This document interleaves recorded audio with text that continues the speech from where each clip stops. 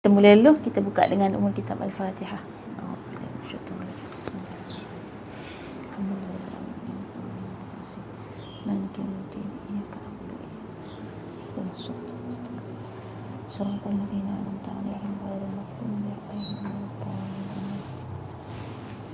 Amin amin ya rabbal alamin. A'udzubillahi minasyaitonir rajim. Bismillahirrahmanirrahim. Assalamualaikum warahmatullahi wabarakatuh. Alhamdulillah, alhamdulillah, alhamdulillahi rabbil alamin, wassalatu wassalamu ala rasulil amin wa ala alihi wa sahbihi ajma'in wa man da'a bi da'watihi ila yaumiddin. Qala rabbi shrah li sadri wa yassir li amri wahlul 'uqdatam min lisani yafqahu qawli amma ba'd. Alhamdulillah, segala puji bagi Allah, kita bertemu pada hari ini 2 bulan bulan lepas tak ada kan. Alhamdulillah, kelas kita yang sepatutnya kelas tadabbur dan kita tadabbur surah Al-Kahfi kan. Dan hari ni atas permintaan katanya minta untuk kita bincang hari ni mengenai apa kaitan kita dengan Palestin. Hari ni kita sebenarnya bila sebut Palestin, orang sebut isu gitu kan, isu Palestin. Jadi seolah-olah macam mungkin di fikiran kita dia isu macam isu-isu yang lain gitu. Dan saya sebenarnya secara peribadi saya sendiri jarang bercakap tentang isu semasa. Saya tak minat untuk masuk dalam isu semasa sebab kadang-kadang bila kita tenggelam sepanjang masa ada isu kan. Jadi kalau kita setiap kali isu kita tenggelam dalam isu-isu tu, akhirnya hilang silibus asal kita gitu. Jadi tapi kali ini bila kata Palestin, dia bukan isu semasa. Dia bukan isu, dia bukan isu yang baru timbul yang sekarang tak. Dia benda yang zaman berzaman. Jadi yang kita nak tahu sekarang, bila kita nak bincang, nombor satu kena tahu juga, kita nak tahu tentang apa kaitan kita dengan Palestin. Bukan sekadar tahu, tapi kita nak supaya kita paling kurang di hadapan Allah kita ada jawapan bahawa apa yang terjadi di Palestin adalah tanggungjawab kita bersama. Dia lain dengan misalnya penjajahan di tempat-tempat lain. Palestin tak sama. Kenapa tak sama? Satunya dia ada Masjidil Aqsa yang menjadi kiblat umat Islam satu ketika dahulu. Dan asalnya memang kiblat pertama sebenarnya Kaabah kan. Kaabah ketika Nabi Ibrahim AS membangunkan Kaabah tu, kemudian kiblat berpindah ke Masjidil Aqsa. Lepas tu setelah berapa lama, pada zaman Nabi Muhammad SAW sendiri, pada waktu itulah Nabi SAW selalu doa minta supaya kiblat tu berpindah ke Kaabah semula, sebab Nabi rindu sangat dengan Kaabah. Masa tu Nabi di Madinah. Jadi lepas beberapa bulan Nabi berdoa, barulah dimakbulkan. Kemudian turunlah ayat surah Al-Baqarah ayat 155 yang menyebut sekarang kiblat bertukar semula ke Kaabah. Jadi sampailah hari ini kita kiblat ke Kaabah. Boleh bayangkan kalau kiblat kita sampai sekarang ke Masjidil Aqsa. Apa kata dia orang? Oh, kita kiblat ke Israel. Jadi itu hikmah yang sangat besar. Dan memang sebenarnya waktu Islam mula datang, Nabi SAW bangkit sebagai Rasul, kita katakan masa tu kiblat masih ke Masjidil Aqsa, dan memang orang Yahudi pada masa tu duk ejek-ejek. Dia duk kata, oh kiblat ke tempat kita, kiblat tempat kita. Dia kata tu tempat dia gitu, kan? Dan kemudian bila kata kiblat ke arah tempat dia, kemudian sebenar-benarnya kenapa Allah tak ubah terus kan, tak terus ubah Masjidil Aqsa tu kepada Kaabah gitu kan.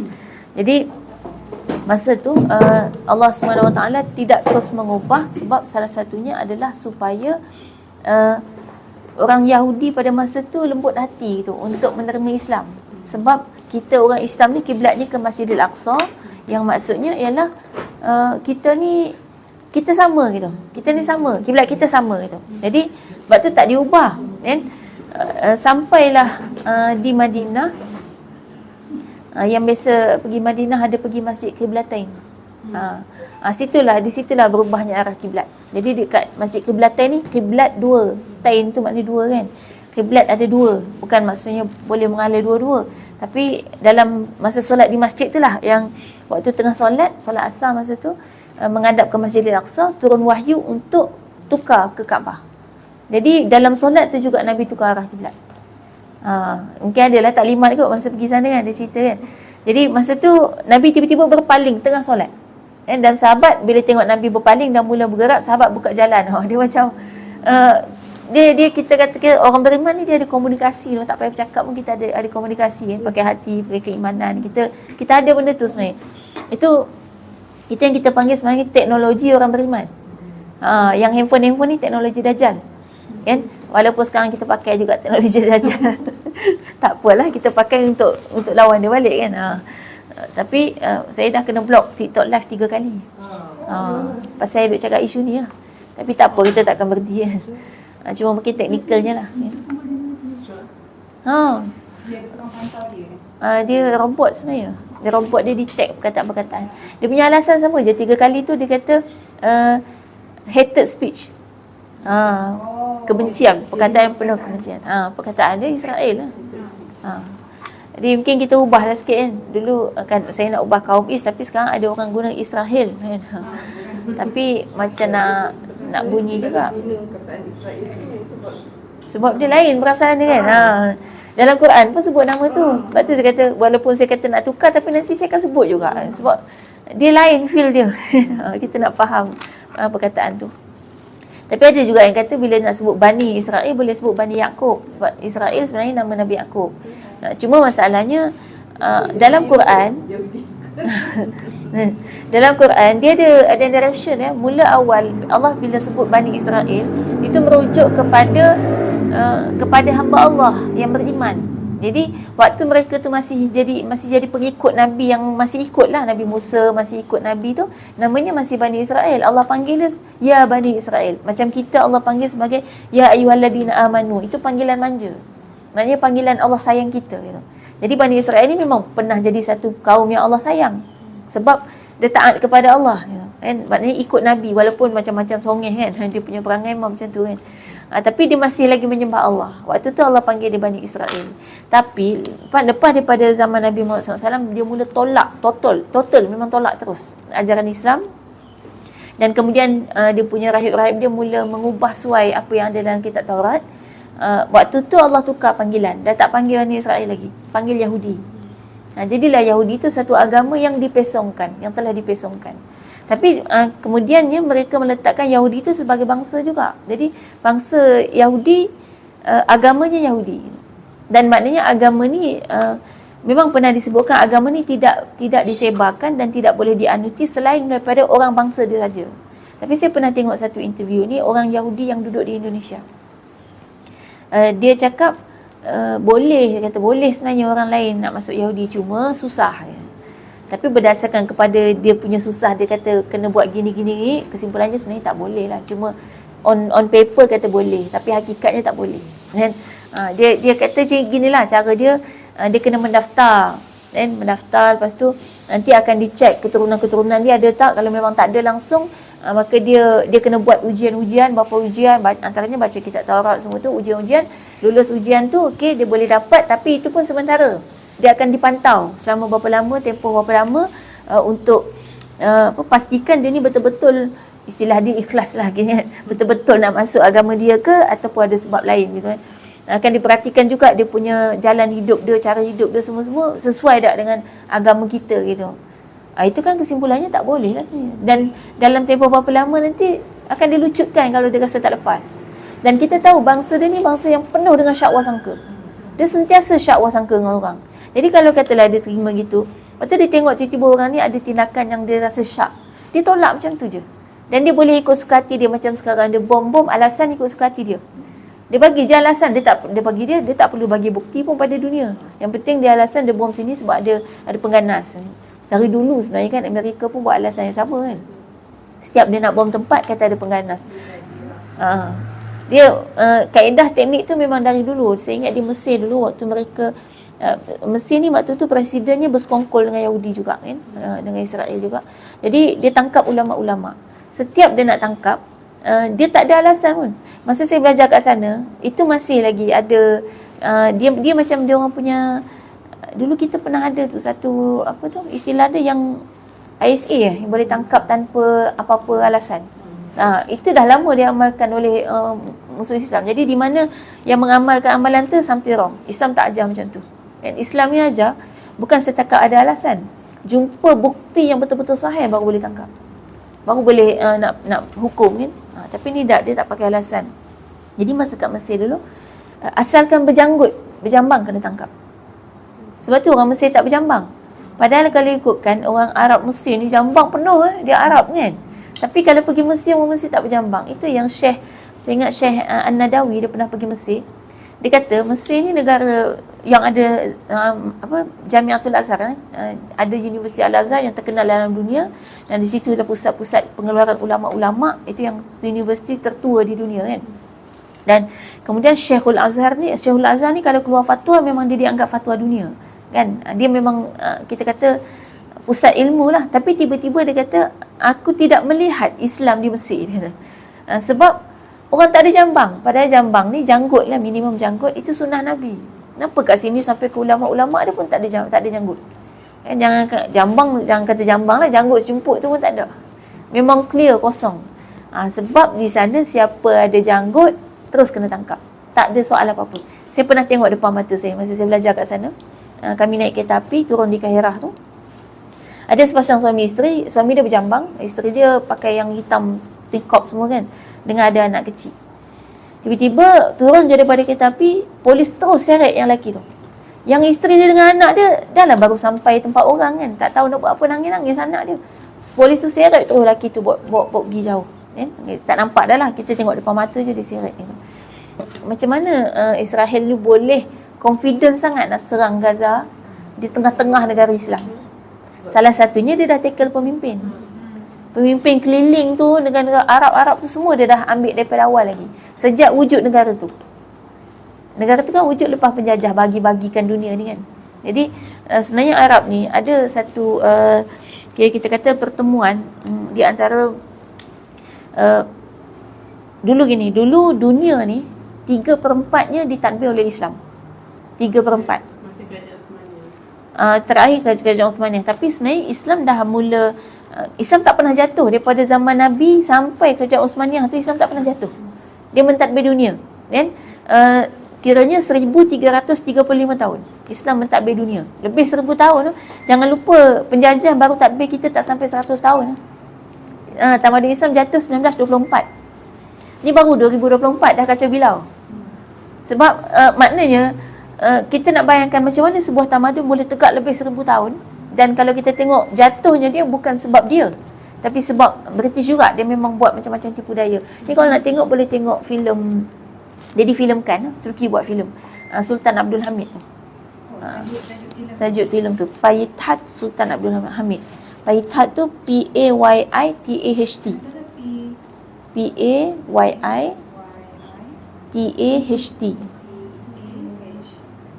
T. Sultan Abdul Hamid. Ni kita ni saya ingatkan ginilah. Nombor satu, Turki sangat sekular sekarang selepas 1924. Memang British gagal jajah secara fizikal, tapi British berjaya meletakkan pemimpin di sana, Kemal Atatürk tu kan, pemimpin yang memang ikut betul-betul pemikiran sekular kan. Jadi Turki sangat sekular sampailah sekarang. Tapi Erdogan yang naik sebagai presiden tu cuba mengubah dan memperbaiki. Ini salah satu kaedah dia lah melalui filem. Jadi saya nak pesan awal-awal lah, maknanya filem ni kalau kita tengok jalan cerita dia tak begitu Islamik. Dari sudut pelakon dia memang total, kalau tengok kehidupan sebenar pelakon dia, innalillah lah. Dia pelakon Turki ni macam barat kan.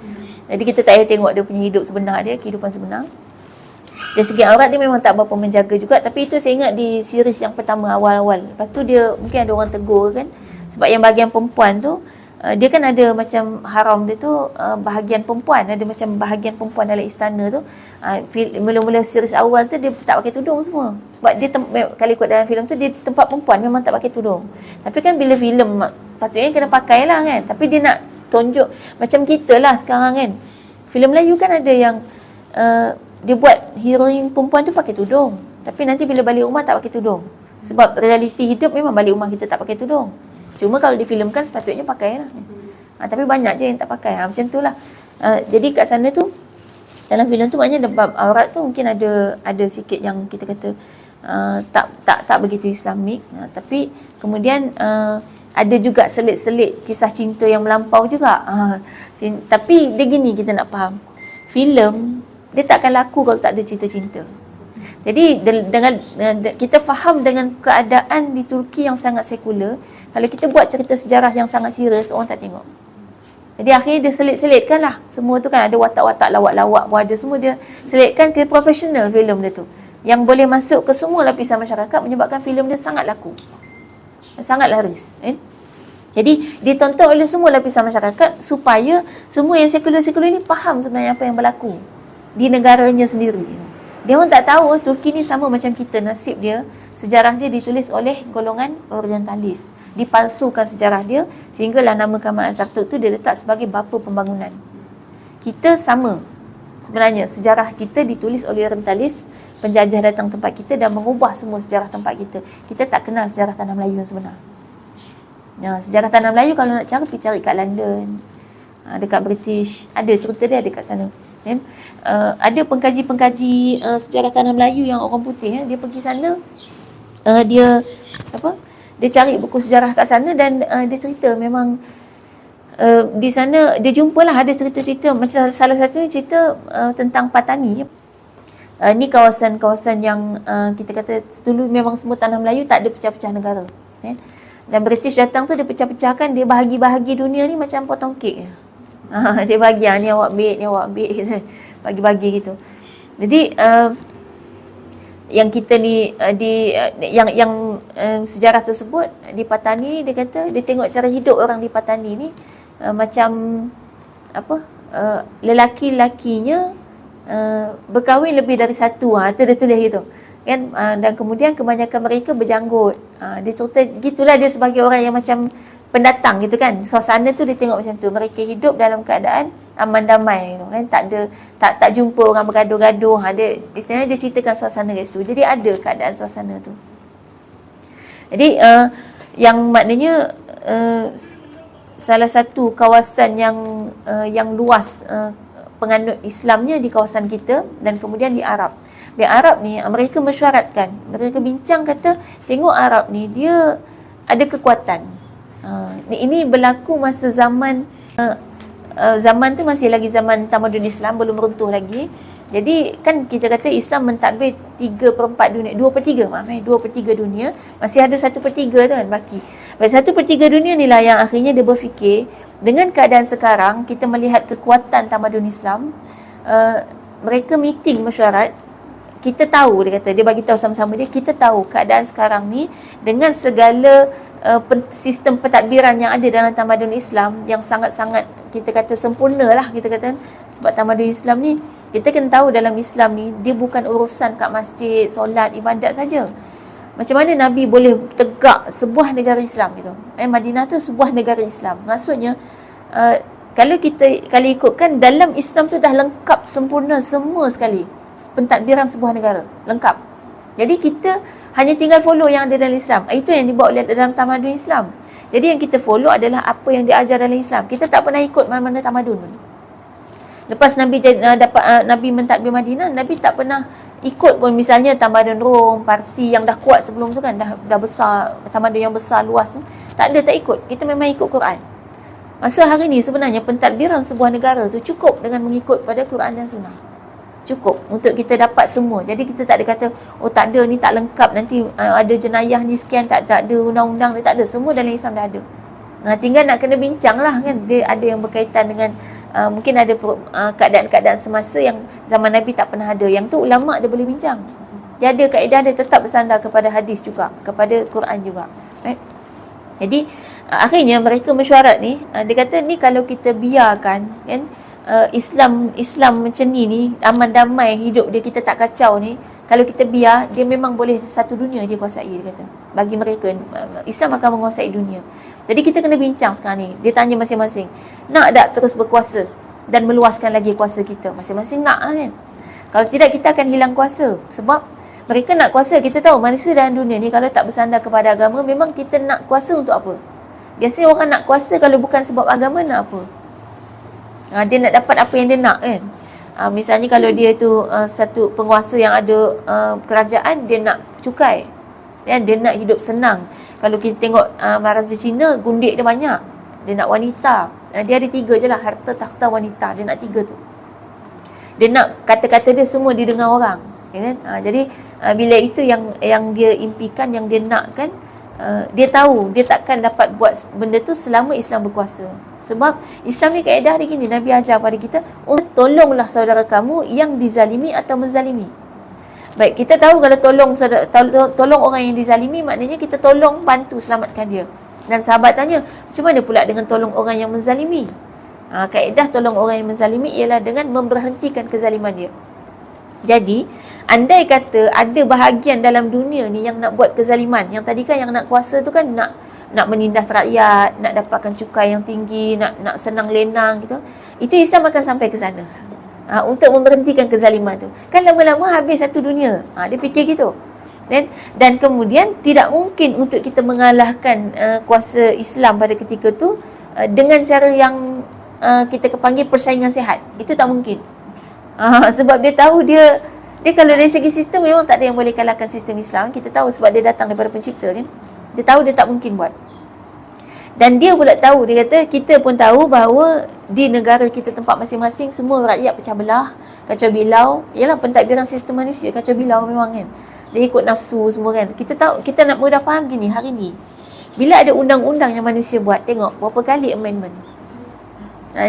Buat elok tu, lepas berapa tahun tukar kan. Sebab nampaknya ada masalah, tukar lagi gitu. Banyak kali tukar. Cermin kereta pun dah berapa kali tukar. Kan? Itulah tempoh kita masih hidup. Tak apalah, kita follow je. Cuma nak gambarkan macam itulah undang-undang manusia. Sebab kita ni selalu nampak benda yang depan mata kita.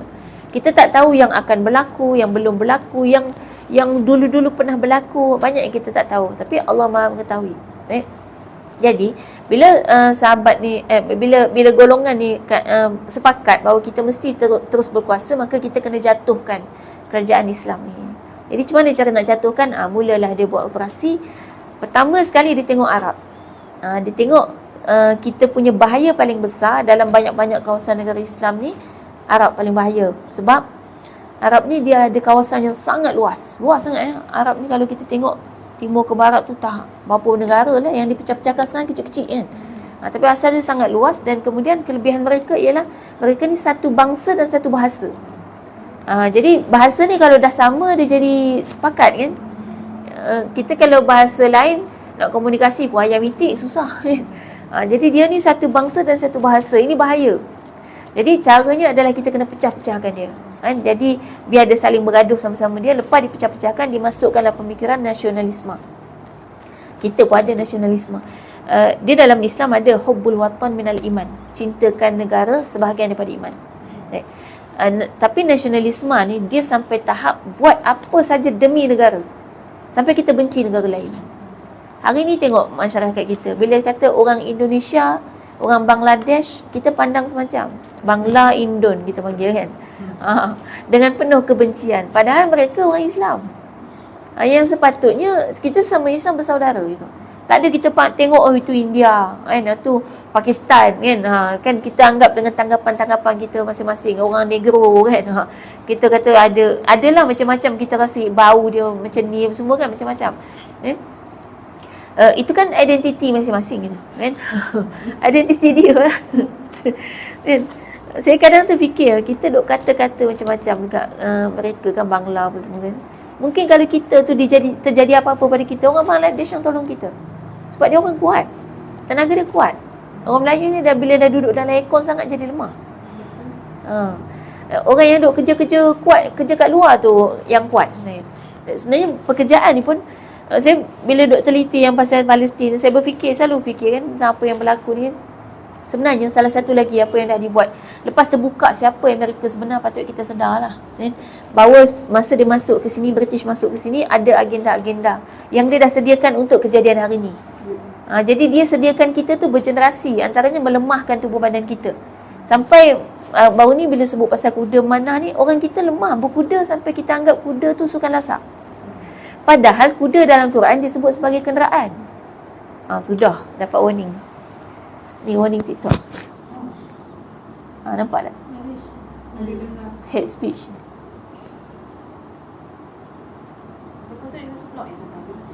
Yang ni baru first time dapat warning. Sebelum ni terus block. Hate speech and hateful behaviours. post tu baru dia Like for Jadi speech macam and hurtful behavior, repeated violation could result in your life being discontinued. Rasa tak sebut dah perkataan dia tu. Kan tak sebut kan? Ada sikit-sikit kan, tapi tak adalah banyak-banyak sangat. dah lama masalahnya baru saya dapat. Masa lama juga ada detect. Hari tu terus je. Sebab hari tu mungkin dalam seminit tu banyak kali sebut. Saya rasa lama tu. Lama kan? Lama kan dari awal tadi tu kan? dah setengah jam. Kat TikTok ni memang ada yang kata tak apa teruskan. Memang tak apa tapi kejap lagi kena block. Kena block seminggu pula. Tadi ada yang kata lama dah tak nampak Ustazah. Saya bagi tahu siap-siap kat TikTok, kalau tak nampak saya 2-3 hari maknanya kena block. Ni sikit lagi ada memang ada had juga. Kalau banyak kali kena block mungkin dia akan terus tutup akaun. Saya dah buat akaun baru, ukafi_2. Ada 2. Yang ni ukafi saja kan, uqafy_2. Kalau misal kata ni kena block, buat live kat situ. Tapi follower tak cukup lagi. Dia kan ada bilangan follower minimum kan. Itu sikit sangat lah. Tolong follow. Pergi campaign follow. I tak ada TikTok. I pun tak ada TikTok. Kalau yang sekarang ni yang ukafi saja, uqafy. Itu yang sekarang. Yang dah spare yang kedua tu uqafy_2.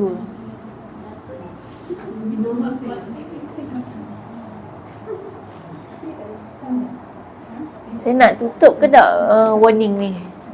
Biar je.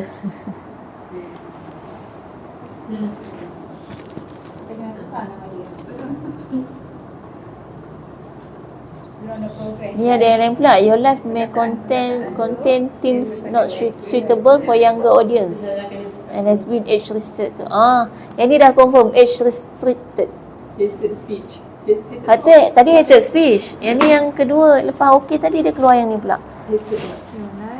Jadi tak semua umur boleh tengok pula. Yang salah ni yang ke-15. Ke-15 baru 15. Dia 1000 kata silap. 1000. Oh, 1000 baru Yelah, boleh. saya dah ada TikTok untuk saya. 1000 baru boleh. 500 boleh? Baru boleh buat live. Oh, okey. Saya log in TikTok saya. Demi Ustazah. TikTok pun berang. Itu China punya.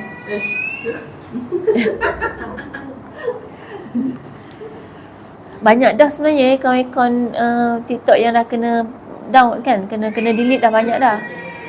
Ada orang lain sampai dia punya follower dah puluh-puluh ribu pun kena delete. Ya, sebab yang ramai cakap pasal Palestin. Saya UQAFY. Underscore. UQAFY_2. Itu akaun yang kedua. Yang pertama yang ni UQAFY. Yang first tadi memang dah follow lah. Tak follow. Yang kedua _2. Yang terjadi ialah dipecah-pecahkanlah negara Arab tu, jadilah kecil-kecil dan kemudian masing-masing akhirnya kita bergerak dia gini. Kelemahan negara ni adalah negara adalah kuasa tertinggi. Jadi tak ada orang atas dia. Yang menyebabkan macam baru ni kan, PBB kan berhimpun suruh gencatan senjata. Kata IS ni kan, IS ni kata kami adalah kuasa tertinggi, dia negara dia kan. Tak ada siapa boleh bagi arahan pada dia. Itu masalahnya. Kalau dalam tamadun Islam, kita semua negara Islam, bukan negara lah, maksudnya tak sebut negara kan. Dunia Islam semuanya di bawah satu khalifah. Jadi dia ada kuasa tertinggi dalam Islam. Sebenar-benarnya pun Allah dah bagi kita pemimpin sebenarnya. Pemimpin kepada umat Islam yang Allah lantik ialah ulama'. Cuma kita dah dibagi satu silibus pembelajaran yang menyebabkan kita tak biasa mendengar dan melihat apa kata ulama' sebagai satu perintah seorang pemimpin gitu. Kita anggap apa kata ulama' macam kata fatwa kan, istilahnya kan fatwa ulama' kita anggap macam fatwa aje. Pilihan lah, kita nak buat tak buat, kita nak tengok tak tengok, dengar tak dengar. Padahal sebenarnya wajib untuk kita taat. Hatta kepada pemimpin-pemimpin yang bersifat pentadbir ni kan, pemimpin yang mentadbir negara, itu pun wajib ikut fatwa-fatwa ulama'. Yang sekarang ni dalam isu isu sekarang ni, isu Palestin ni dah keluar fatwa ulama sedunia. Jadi kalau fatwa ulama sedunia, dalam tu ada yang melibatkan pemimpin, ada pemimpin dunia Islam, ada yang melibatkan kita individu Muslim, ada yang melibatkan dunia Islam yang sekeliling sekitar kawasan tu apa ada, yang melibatkan orang dalam Gaza pun ada. Adakah itu diwajibkan kita berjihad? Dalam fatwa tu belum. Saya duk tunggu yang fatwa tu dari dulu, kan. Bila lah ulama nak keluar fatwa ni? Sebab gini, sebenarnya ulama memang akan keluar fatwa agak lambat, sebab Islam ni mengajar teliti. Nak buat fatwa dia bukan mudah-mudah. Dia kena buat kajian, dia kena duduk semeja dengan ahlinya. Dia bukan mudah, dia bukan macam kita boleh keluar pendapat bila-bila masa. Ulama tak. Sebab tu kita kena ikut, sebab ulama keluar fatwa betul-betul teliti. Sebab apa? Sebab mereka akan dipertanggungjawabkan di hadapan Allah. Dan fatwa dia akan diikuti oleh seluruh umat Islam, yang efeknya akan kesan pada mereka lah. Ulama tu sendiri di hadapan Allah. Jadi satu sudut, ulama ni dia ada amanah. Amanah dia tak boleh dibeli. Ulama tak dapat dibeli. Sebab tu kita tengok pejuang-pejuang kemerdekaan dulu semuanya ulama. Yang memimpin semua pejuang-pejuang kemerdekaan dalam dunia ni ulama. Sebab kita ada prinsip tadi kan, tidak boleh menzalimi dan dizalimi. Kan? Jadi ulama yang akan bangkit. Jadi maknanya kita kata dia jadi pemimpin kita automatik, dan semua kita sebenarnya pernah berlaku fatwa. Kalau di tempat kita Surabaya, di Surabaya dulu waktu penjajah datang, itu kan dah banyak pembunuhan berlaku semua, sampailah satu tahap barulah keluar fatwa ulama di sana. Dia ada ulama memang bahagian jihad, jadi dia memang faham dan faqih fiqh jihad. Kita tak boleh pandai-pandai keluar pendapat tau. Kita kata oh ni dah kena pergi jihad ni. Dah hati-hati. Sekarang ni ajaran sesat pun tengah ambil peluang juga. Banyak tu yang duk cerita. Ada kawan ajak pergi sana, isi borang. Saya pun ada juga orang ajak.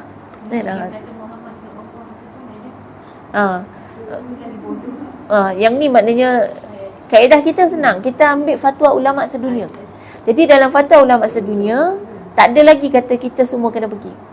Saya duk tunggu tu pasal bila kalaulah, saya selalu sebut, kalaulah tiba-tiba fatwa keluar, fatwa ulama sedunia sebut keluar fatwa kata semua umat Islam dalam dunia, pemuda lah, khasnya pemuda, wajib untuk keluar berjihad di sana. Waktu tu wajib. Siapa tak pergi, dosa besar. Masa tu kita risau dah, orang lelaki yang ada dalam rumah kita tu layak dah. Suami anak-anak kita tu layak tak? Kalau tiap-tiap hari main game, macam mana nak pergi tu? Yang duk makan tidur tu. Maknanya Tapi dia strategik lah. Sebab macam negara kita sendiri pun kita tak sedar kan diakui sekarang ni sedang menguasai tuntut pada orang Islam untuk buat benda yang tak elok, lepas tu nanti sebab tu walaupun kita sedang dengan isu Palestin, kita mendoakan mereka, kita buat macam-macam lah kan untuk mereka, tapi kita tak boleh lupa juga sebenarnya di seluruh dunia termasuk negara kita masih ada umat-umat Islam yang memerlukan doa kita. Jadi memang doa kita tu kan sebenarnya umum kan, Allahumma ansur ikhwananal muslimin wal mustad'afin wal mujahidin fi Palestin wa fi, nak sebut negara lain tak apa, fi Shishin, fi Rohingya, fi biladina Malaysia boleh kan, wa fi kulli makan wa fi kulli zaman, pada setiap tempat dan pada setiap masa. Maknanya di negara kita pun masih ada perjuangan dalam mengamalkan sebenarnya yang kita sebut tadi kan, Islam itu boleh digunakan dalam sebuah pentadbiran negara dan dia sangat sempurna. Jadi dalam nak melaksanakan semua tu pun kita masih berjuang. Dan maknanya adanya golongan-golongan yang namanya Islam tetapi dia tak mahu Islam. Banyak, memang banyak. Dia tak mahu Islam, dia tak mahu Islam dilaksanakan. Sama ada orang yang tak mahu Islam ni, sejak dulu sampai sekarang sama je punca dia. Sama ada satu kejahilan dia. Mungkin dia dah terima sistem pendidikan orientalis, sistem pendidikan barat yang menyebabkan dia pandang negatif kepada ajaran-ajaran Islam. Dia rasa Islam tu kolot, ketinggalan zaman. Itu disebabkan kejahilan. Baik, boleh jadi juga yang kedua, kalau penentang Nabi masa zaman Nabi dulu adalah puncanya sebab ada kepentingan peribadi. Jadi dia nak kuasa, dia nak nama, dia nak glamour, dia nak harta, dia ada sesuatu yang dia nak, menyebabkan dia tak mau dilaksanakan hukum Islam ni. Sebab kalau dilaksanakan, dia hilang yang tu. Yang zaman Nabi, kenapa tak mau ikut Nabi? Sebab nanti dia hilang kuasa. Sebelum ni dia leader, kalau dia ikut Nabi, dia akan jadi follower. Dia tak nak follower, dia nak leader. Dia ada kepentingan. Ataupun yang ketiganya, dia tahu kan? Tapi dia penakut. Dia takut dengan dunia ni lah. Kan kita tahu kan sebenarnya sejarah menunjukkan untuk mempertahankan hukum Allah atas muka bumi, risikonya nyawa. Orang akan ugut kita dengan kepayahan, kesusahan hidup sampailah kepada nyawa. Itu yang kadang-kadang kalau kita faham lah, itu prinsip hidup. Saya kadang tersenyum, saya kata gembiranya jadi umat Islam di Palestin. Mereka dapat merasakan hakikat hidup kat dunia sebagaimana yang Allah sifatkan dalam Quran. Kita yang tengah duduk di alam khayalan. Kita bukan duduk kat dunia sebenar. Sebab dunia sebenar kita dah pernah sebutkan, sifat dunia sebenar adalah la'ibun walahwun. Allah sifatkan sebagai tempat penuh dengan permainan, kan? Penuh dengan tipu daya, kan? Dunia ni sementara, dunia ni hanyalah jambatan, dunia ni hanyalah tempat beramal. Kemudian dunia ni tempat kita menghadapi ujian-ujian kelaparan, ujian rasa takut, ujian kehilangan harta benda, kehilangan orang yang disayangi. Kita tak rasa semua tu serentak, dan mereka merasakan semua tu serentak. Maknanya mereka berada di alam nyata, kita tengah ada di alam khayalan, kan? Yang duk khayal dunia ni penuh kebahagiaan, masih lagi nak cari kekayaan, kan? Nak hidup senang lenang, kan? Akhirnya kita leka. Orang kat sana dah perang dengan musuh Allah, kita masih bergaduh adik-beradik, kan? Masih lagi Masuk Islam sebabnya Palestin. betul. Jadi apa yang berlaku di Palestin, satu lagi kehebatan, maknanya mereka ni, satu hebatnya bertahan tu dah menunjukkan satu keimanan, dan satu lagi apa yang mereka lakukan sekarang ni menjadi sebab untuk orang Eropah berbondong-bondong masuk Islam. Dan yang belum masuk Islam pun baca Quran. Jadi Quran kat sana laku sekarang. Mereka tu yang jahat tu kerajaan dia, kan? Rakyat dia, kita tahu gini, sebenarnya dia sendiri tu confused. Dia confused gini. Dia kan sebab dia bila dia nak berkuasa, dia kena buat orang lain jadi, misalnya contoh dia kena buat Islam jadi jatuh. Orang Islam tak mempelajari Quran, orang Islam tak belajar tentang Islam. Dia kena buat gitu. Maknanya dia kena gini, dia kena buat persaingan cara tak sihat, baru dia menang. Kalau dia ibaratnya macam budak-budak dalam satu kelas, kan? Ada 2 orang pelajar dalam satu kelas, sama-sama rajin belajar, tapi yang seorang ni cerdik, genius, yang seorang lagi ni IQ biasa-biasa. Macam mana cara yang IQ biasa-biasa ni nak menang, nak mengatasi yang genius tadi? Dia tak ada jalan melainkan jatuhkan yang genius tu. Buat dia sakit, buat dia tak boleh pergi exam, kan? Bagi dia ada yang main sihir ke, kan? Gitulah cara dia tak boleh cara sihat, sebab dia memang takkan menang kalau cara sihat. Jadi dia buat cara macam tu. Dan macam mana dia nak buat kita supaya tak dapat nak menang atas dia juga, dia buat kita pecah belah. Itu melalui demokrasi. Demokrasi buat kita pecah belah, kan? Bergaduh panjang pasal parti lain-lain, padahal sama-sama orang Islam, kan? Dan bergaduh tak berhenti. Kadang keluarga pun boleh sampai tak sembang, boleh sampai putus hubungan, kan? Tak mau bercakap sebab parti lain-lain. Dan itu memang cara dia. Dan memang ada sebenarnya, ada satu dituliskan dalam satu buku, buku tentang politik. Memang diajarkan dalam tu, dia kata cara untuk sebuah kerajaan berdiri lama, kalau kerajaan tu bukan kerajaan yang benar lah, kerajaan yang zalim berdiri lama, caranya adalah dengan memporak-porandakan masyarakat dia melalui perpecahan. Jadi dia rekalah satu suasana yang boleh buat kita pecah belah, termasuk demokrasi, dan kemudian termasuk juga dibawa pelbagai bangsa di satu tempat. Biasanya kalau bangsa banyak-banyak ni, cenderung orang mula gaduh, kan? Jadi dibawalah, tu pindahkan bangsa-bangsa. Manusia ni macam Lego je dia buat, kan? Pindah-pindah macam tu, kan? Bawa pergi sana, akhirnya bergaduh, kan? Tapi kita tetap je lah, kita sebagai orang Islam, kita tahu intinya kita tetap kena bersatu. Tapi itu kan susah kita nak bina. Hanya orang yang belajar je, yang ada ilmu je yang akan mula kita kata mengelak daripada pergaduhan-pergaduhan macam tu. Tapi umum masyarakat memang akan bergaduh. Baik. Kemudian dia juga confuse tentang rakyat dia sendiri, kan? Rakyat dia, bila dia nak maju, dia nak jadi negara maju, dia sebenarnya bukan maju pun, dia yang kata dia maju. Dan dia cipta pemikiran-pemikiran kepada kita, dan membentuk pemikiran, mindsetting kita, semua boleh anggap dia negara maju. Cuba ingat balik di tanah Melayu ni, kita selalu anggap benda yang baru datang daripada barat semuanya maju. Sebab dia dah tanam dalam sejarah kita bahawa dunia ini bermula dengan Paleolitik, Mesolitik, Neolitik. Ingat lagi subjek sejarah dulu. Jadi gambaran dia, Paleolitik ni zaman yang paling lama, batu orang pakai cawat kan, duduk dalam gua. Lepas tu moden sikit dah mula ada periuk belanga, dah mula ni, dia pandai buat apa, dapur apa semua kan. Lepas tu moden, Neolitik moden lagi gitu. Jadi dia letak mindsetting kepada kita, dunia ni makin moden. Padahal cuba fikir logik, Nabi Adam pakai cawat ke? Kita dalam Islam pakai zaman Nabi, bukan zaman-zaman yang disebut batu apa semua tu. Jadi adakah kita ingat Rasul-Rasul ni semua ketinggalan zaman tu? Pernah dengar kan Nabi Idris kerja dia apa? Idris ni antara yang terawal kan, dia Adam Idris, Nabi yang kedua kan. Kerja Nabi Idris apa? Tukang jahit. Nabi Idris jahit pakai apa? Takkan pakai batu. Dan dia jahit apa? Takkan daun kering kan? Maknanya adalah teknologi dia menjahit. Anak Nabi Adam kerja apa? Qabil Habil tu kerja apa? Seorang gembala kambing, seorang lagi bercucuk tanam. Kita rasa zaman dulu bercucuk tanam tak ada ulat ke makan pokok? Ada kan? Zaman tu ada ulat juga makan pokok. Maknanya dia ada teknologi. Ada teknologi yang membuatkan tanaman dia boleh hidup segar, tumbuh.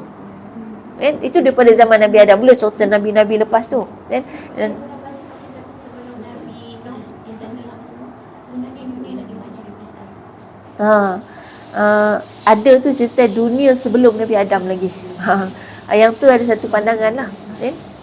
Maksudnya dunia ni pernah diduduki oleh makhluk yang macam manusia. Sebab tu itu dalil dia yang malaikat boleh sebut kepada Allah ketika dibagi tahu kata nak ciptakan manusia kan sebagai khalifah atas muka bumi ni, kan malaikat sebut, adakah engkau nak menciptakan makhluk yang suka menumpahkan darah, melakukan kerosakan di atas muka bumi sebagai khalifah? Itu ulama bincang. Ulama kata macam mana malaikat boleh tahu benda tu? Benda tu belum berlaku. Jadi katanya sebab sebenarnya sebelum Nabi Adam tu ada makhluk yang dah pernah dicipta atas muka bumi ni, dan memang betul-betul mereka menghancurkan dunia sampai hancur. Akhirnya mereka semua musnah. Jadi ini generasi yang seterusnya Nabi Adam, mula dengan Nabi Adam. Tapi itu satu pandangan, benda tu tak boleh nak dibuktikan kan. Penemuan-penemuan tu tak apalah kan, tu bidang mereka. Tak apalah, tak menambah keimanan kita pun. Tak ada masalah. Right? Jadi maksudnya Adam, Idris, Nuh, Nabi Nuh buat kapal, dan kapalnya betul-betul boleh mengatasi banjir besar. Kita tahu hari ni kapal, kalau kapal main-main tu, kalau dah banjir teruk sangat, hujan lebat sangat, tenggelam juga kapal. Maknanya kapal Nabi Nuh canggih. Teknologi tu. Buat besi Nabi Daud. Itu bengkokkan besi pakai tangan je. Itu memang kelebihan Nabi Daud lah. Dia ada sebut apa, doa dia kan, Allahumma layyin qalbuhu kama layyintal Dawuda hadida. Itu sebab itu doa untuk melembutkan hati orang, sebab sebagaimana Allah melembutkan besi di tangan Nabi Daud. Jadi Nabi Daud ni memang kuat daripada kanak-kanak. Nabi Daud ni yang bunuh ketua tentera musuh. Waktu dia kanak-kanak. Pakai lastik. Lastik boleh bunuh ketua tentera musuh. Ini sebenarnya kalau belajar dalam sejarah, hari ni kita akan tengok kenapa Israel ni benci sangat dan takut sangat dengan orang Islam. Dia takut tu yang dia bunuh kanak-kanak, wanita, pasal apa? Dia takut sebab kalau kita tahu sejarah dalam Islam, kanak-kanak macam Nabi Daud tu kan, itu membunuh ketua tentera musuh masa kanak-kanak, belum balik. Jadi kanak-kanak Islam ni hebat walaupun kanak-kanak. Dan ada sejarahnya juga Imam Abu Hanifah. Itu kanak-kanak, ketika dia kanak-kanak, dia pernah berdebat dengan seorang padri Kristian, dan dia mengalahkan padri yang tak pernah dapat dikalahkan oleh siapa pun dalam berdebat tentang akidah. Kan? Hebat debat dia tu, budak-budak ni, dia kanak-kanak masa tu. Padri tu tanya soalan gini, kalau Tuhan kamu tu benar, sekarang apa Tuhan kamu tengah buat? Nak jawab apa? Susah Itu soalan terakhir tu. Debat terakhir yang menyebabkan dengan Imam Abu Hanifah jawab tu, dia menang. Dia jawab gini, kalau nak tahu Tuhan aku tengah buat apa sekarang, kau turun dulu, aku nak naik atas, aku nak bagi tahu jawapan. Dia pun turunlah. Dia turun. Naiklah Abu Hanifah naik atas tu. Dia kata, inilah yang Allah tengah buat sekarang. Sekarang Allah tengah memenangkan yang hak dan menjatuhkan, mengalahkan yang batil. Kan padri itu turun kan? Dia naik. Tak kata apa. Itu kan jawapan yang betul-betul orang kata daripada pemikiran yang sangat menyeluruh gitu. Kita kalau fikir Allah tengah buat apa sekarang, mungkin satu sudut gitu kan, itu kan macam seluruh gitu kan, ke semua. Kalah pada itu. Itu soalan terakhir. Sebelum-sebelum tu banyaklah semua pada itu kalah. Itu kanak-kanak dalam Islam. Jadi dia tengok kanak-kanak pun takut. Hari ni kanak-kanak di Gaza, kanak-kanak Palestin, tengok bila dia cakap nak kena bom, apa jawab dia? Oh, nak bom kami? Datanglah, datang. Nak bunuh kami? Tak apa, bunuhlah. Bukankah kami akan dapatkan syahid? Jadi budak-budak boleh fikir macam tu. Lagi dia takut. Dia gini, dia takut mati. Lepas tu dia nak bunuh orang sebab dia ingatkan orang takut mati. Tengok-tengok orang tu suka pula mati. Macam ada seorang ustaz kan dia kata dia bawa budak-budak Palestin ke rumah dia. Budak-budak kata tak nak sebab dia nak syahid. Apa lagi orang dewasanya, kanak-kanak pun dia boleh fikir macam tu. Itu kanak-kanak. Baik, wanita pula apa yang dia takut sangat? Sebab Nabi SAW sebutkan, aku berbangga dengan umatku yang banyak. Dia takut wanita melahirkan anak. Sebab tu sebenarnya itu antara agenda penjajah juga datang ke tempat kita, menyebabkan dan membuatkan macam-macam kaedah dia buat supaya wanita Muslim tidak lagi melahirkan anak dengan kaedah dia sendiri tak mahu. Itu hati-hati. Memang kalau sembang kata, kalau yang tak ada anak tu kan takdir kan, ketentuan kan. Tapi yang boleh ni, dia sekat-sekat kan, macam-macam ubat dibagi kan. Kita pun memang kadang-kadang kita pun kata penat, sakit, tak larat, badan rosak. Itu memang kalau kita bercerita tentang senang, nak hidup senang dan selesa, itu yang kita akan bincang. Tapi kalau kita bincang tentang sebuah perjuangan mana ada senang. Itu yang wanita-wanita di Palestin, dia boleh cakap dengan lantang. Dia kata, kami akan terus melahirkan anak-anak di bumi Palestin. Musuh takut tu. Sebab tu dia biar orang lelaki, sebab orang lelaki ni makin lama makin tua mati sendiri ya. Tapi kalau perempuan, dianya makin tua makin tua, tapi nanti keluar dari dia banyak kan. Itu dia takut kan. Dan wanita dalam Islam juga bukan sebarangan kan. Ada Asma binti Abu Bakar yang sanggup dalam keadaan hamil pergi hantar makanan kepada Rasulullah kan. Ada ibu-ibu di kalangan dia kadang-kadang kalau kita tengok dalam sejarah macam mana seorang anak-anak tu boleh cukup hebat dan di kalangan sahabat. Dan Syekh Abdul Qadir Al-Jailani tu, ibunya waktu dia masih kanak-kanak tu, ibu dia buta, dah tua dan buta, duduk sorang-sorang. Tapi ibu dia ni, sebab dia anak yatim, ayah dah tak ada, jadi ibu dia ni dia boleh cakap dengan anak dia, kamu pergi keluar belajar menuntut ilmu sebab aku tak mampu untuk mengajar kau sampai kau jadi orang yang hebat. Jadi ibu dia lepaskan dia dalam keadaan anak tu kata, wahai ibu, aku tak boleh tinggalkan ibu keadaan macam ni, aku nak jaga mak. Aku tak boleh tinggalkan, nanti macam mana? Ibu kan dah lah buta, itu dah tua kan, macam mana nak jaga diri? Mak dia kata, aku kena laksanakan tanggungjawab aku. Kalau engkau duduk kat sini, engkau sebenarnya sedang menganiaya aku. Sebab apa? Sebab aku tak dapat laksanakan tanggungjawab aku dalam mendidik engkau. Jadi aku nak suruh engkau pergi ikut rombongan yang menuntut ilmu sampai dia jadi Sayyidul Awliya. Maknanya itu wanita dalam Islam. Kita sanggup korbankan diri kita kan? Ibu kepada antaranya Abdullah bin Zubair dan anaknya. Waktu tu pun ibunya dalam keadaan dah sangat uzur. Waktu anak dia nak dipanggil ke medan jihad, ibu dia suruh anak tu pergi. Anak tu kata tak boleh, siapa nak jaga mak? Mak dia kata apa? Pergi kamu ke sana, aku tidak membesarkan engkau untuk hanya menjaga aku, tapi aku membesarkan engkau untuk engkau menjaga agama Allah. Kalau engkau tak pergi, engkau pengecut. Itu ibu dalam Islam. Jadi anak tu sangat termotivasi kan? Kita tak mendidik dan menjaga anak kita, melahirkan anak kita semata-mata untuk jaga kita. Kecil sangatlah skop. Nak buat dia jadi Superman, lepas tu nak jaga kita seorang. Itu cerita superhero kan. Nak jaga orang keliling dia je, orang yang dia sayang je. Tak, dia bukan gitu. Kita nak ciptakan kita nak lahirkan satu manusia yang hebat untuk menjaga agama Allah itu. Okay. Jadi maknanya mereka takut dengan wanita Islam ni pun dia takut.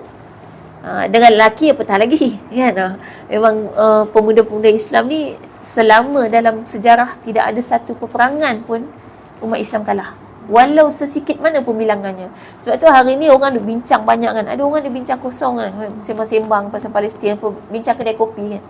Itu tak ada faedah sangat sebenarnya kan. Lepas tu buat tafsiran-tafsiran sendiri. Ada yang kata orang Gaza ni tak sedar diri sebab lawan dengan kuasa besar Israel, belakang dia Amerika. Gaza cuek je, dia tu kecil daripada Kelang. Kecil je, dia besar sikit pada KL je. Shah Alam. Jadi orang kata tak imbang. Tapi dalam Quran kan dah ada. Dia kalau kita nak kita kata dalam tu kan, kita nak berperang, kita kata nak membalas serangan tu atas dasar duniawi, memang orang nak kata bodoh, katalah. Memang bodoh lah kalau atas dasar duniawi. Tapi kita tak berfikir duniawi. Kita sedang merujuk kepada apa yang Allah dan Rasul perintahkan. Sebab keadaan telah sangat dizalimi, maka mereka wajib untuk mempertahankan. Jadi orientasinya betul-betul akhirat. Dan sebenarnya kalau kenal pejuang-pejuang Hamas ni, mereka ni terdiri daripada orang yang sangat menjaga agama. Orang di sana cerita kan, kadang-kadang kalau kita tiba-tiba tahu dia rupanya pejuang, kita memang selama ni kita dok rasa dia ni orang yang sangat berakhlak, yang sangat menjaga solat dia, yang kita kata memang akhlak dia tu, sifat dia tu lain lah. Kita kata agamawan istilahnya kan, sangat-sangat warak gitu kan. Jadi itu maknanya mereka ni orientasinya akhirat. Dan dalam Quran tu dah sebut kam min fi'atin qalilatin ghalabat fi'atin kathirah biiznillah. Berapa banyak dalam sejarah manusia bilangan yang kecil itu mengalahkan bilangan yang besar dengan izin Allah. Dan memang betul nyata di mana-mana peperangan pun Islam dengan kafir, tak pernah jumlah umat Islam lebih daripada kafir, tak pernah. Sebab ahli syurga memang sikit daripada neraka. Ahli neraka banyak, ahli syurga sikit. Jadi memang orang beriman ni sentiasa sikit. Dia selected kan. Selected memang tak banyak lah. Di kalangan orang Islam ni banyak lagi yang munafik. Ni bila keluar fatwa, fatwa ulama sedunia, ada yang buat tak tahu. Buat tak tahu ni maknanya membiarkan diri dalam kejahilan. Ada yang dah tahu tapi nak laksana tak mau. Dan sebab susah. Okay, kita sebut sikit lah fatwa yang berkaitan dengan kita. Yang awam yang berkaitan kerajaan pemerintah tu lain cerita. Tapi sebenarnya daripada fatwa tu kita dah boleh tahu mana-mana kerajaan Islam, sebab dalam fatwa dah ada pemerintah negara-negara Islam kena buat sekian-sekian. Siapa yang tak buat, kita dah tahu dah itu bukan mukmin sebenar. Dah ini yang zahir kita dah boleh nampak. Dan majoritinya memang tak buat. Okay. Kalau kita tahu pun memang musuh-musuh Nabi Rasul tu banyaknya memang pemimpin pun. Raja-raja kan, Raja Namrud, Fir'aun tu raja belaka tu. Jadi sebab itulah ada kepentingan kuasa. Baik, antara yang kita perlu laksanakan adalah yang pertama sekali, wajib bagi semua umat Islam untuk nombor satu menyokong. Itu paling mudah lah, menyokong, sokong umat Islam di Gaza. Tak boleh dah ada yang kata tiba-tiba nak salahkan, apalah dia orang ni nak duduk juga kat situ, dah tahu nak mati duduk juga kat situ, keluarlah pindah. Tak boleh. Ada je gitu. Kan? Tak boleh dah. Macamlah kita kan macam kita faham je apa yang berlaku. Kan? Dia tak boleh. Dia memang awal lagi itu yang dia orang bom-bom tu tujuannya nak suruh keluar. Jadi kalau pakat keluar, menang dah lah dia orang. Dan pernah berlaku sebelum ni. Ada kawasan-kawasan. Ada tengok video tu orang dah keluar. Wallahualam. Saya tengok juga, tapi saya kalau tengok video yang cara nak tengok video-video sekarang ni perang media juga. Perang media ni antara yang juga jadi kewajipan setiap kita laksanakan. Dan jangan mudah forward. Dia kaedah tengok video ni gini. Islam dah ajar kaedah untuk dapat berita kan. Kita dah pernah cerita. Kaedah untuk tahu satu berita tu betul atau salah, tengok kepada siapa yang bawa. Bukan tentang apa berita tu. Apa berita tak kisah. Banyak channel, biarlah channel tu Free Palestine ke apa benda yang nama bagus-bagus pun, siapa dia orang tu? Siapa empunya channel tu? Kena tahu. Kemudian setelah tahu siapa, amanah orang tu macam mana? Barulah kita boleh forward. Saya ambil sumber-sumber cerita ni, antaranya salah satu kalau cerita yang dalam Gaza, kita boleh saya terima dan percaya ini individunya memang saya tak pernah jumpa, tapi saya selalu follow. Jadi saya kaedah saya follow nak tahu orang tu siapa dalam YouTube ke apa kan. Nak tahu kita boleh terima atau dengar ke tidak dia punya penyampaian fakta-fakta dia ialah nombor satu, kaedah Islam dah ajar, ni ada dalam Islam kaedahnya siapa yang akui dia. Ulama, dia dalam kehidupan ulama ni biasanya ulama ni dia akan buat satu pengakuan atas ulama yang lain tanpa diminta. Dia tak payah nak minta macam kita kan ada macam surat, kita kadang minta surat pengesahan, gitu-gitu tak ada. Dalam dunia ulama ni, kalau tiba-tiba kita nampak ada orang lain yang berilmu tinggi dan ilmunya itu benar, kita akan terus sebut. Kita akan terus bagi tahu orang ni ilmu dia gini, orang ni hebat, orang ni penuh dengan ilmu. Itu automatik sebab ulama ni sangat senang hati dan bahagia bila tengok ada ulama lain muncul, ulama baru yang muncul gitu dengan keilmuan yang betul. Sangat bahagia sebab bukan senang Bukan senang. Orang menyampaikan, orang ceramah banyak, tapi ada yang kosong, ada yang ada ilmu. Yang kenal ni yang ulama je lah. Yang bukan ulama, dia kenal sedap tak sedapnya. Jadi nak tahu itu isi dia tu isi betul ke isi palsu, itu ulama je yang kenal. Jadi bila ada pengakuan daripada ulama, yang ulama ni pun dah ada pengakuan daripada ulama lain, ulama yang akhirnya pergi kepada ulama besar dunia yang telah dikenal sebagai ulama Ahlus Sunnah wal Jamaah, diakui oleh dunia. Kan? Yang itu maknanya dia jauh lah, kita kena tahu biodata orang ni dulu. Kan? Dan kemudian fakta-fakta yang dia keluarkan tu, sekali kadang-kadang dia bagi tahu rujukan dia. Rujukan dia tu lah kita rujuk balik. Ini siapa punya buku ni? Kitab ni siapa punya?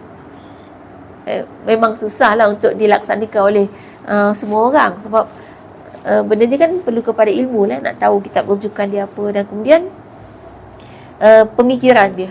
Sebab Islam ni ada orang dia belajar Islam, dia belajar tinggi pasal Islam, tapi kefahaman dia rosak. Dia kadang-kadang ni punca niat. Niat.